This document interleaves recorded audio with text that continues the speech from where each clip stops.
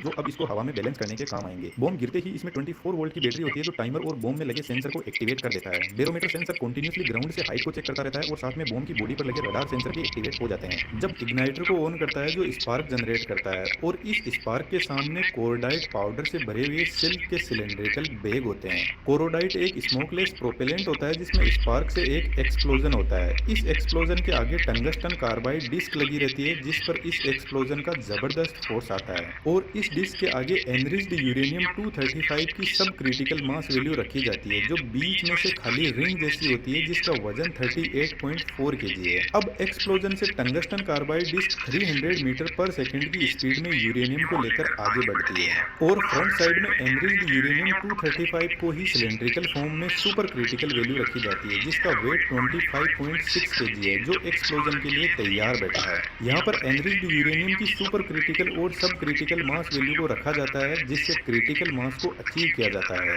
और critical mass वह value है जिस पर यूरेनियम फिजनेबल बनता है, अदरवाइज न्यूक्लियर फिजन की प्रोसेस इसमें शुरू ही नहीं होगी। तो जैसे ही यूरेनियम की रिंग स्पीड में आकर इस सिलेंडर में फिट होती है तो पीछे की तरफ इनिशिएटर लगे रहते हैं जो न्यूट्रॉन्स को इंजेक्ट करना शुरू कर देंगे जिससे न्यूक्लियर फिजन की प्रोसेस शुरू हो जाएगी।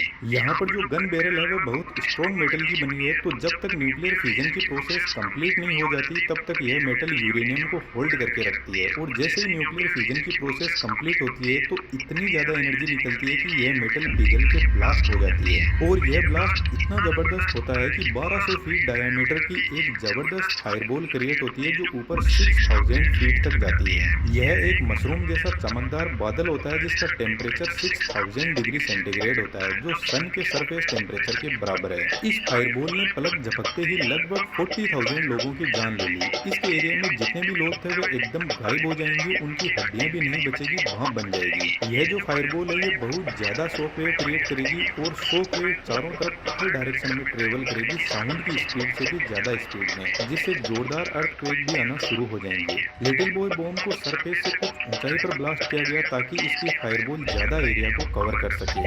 ब्लास्ट होते ही टेम्परेचर इतना ज्यादा हो जाता है कि यहाँ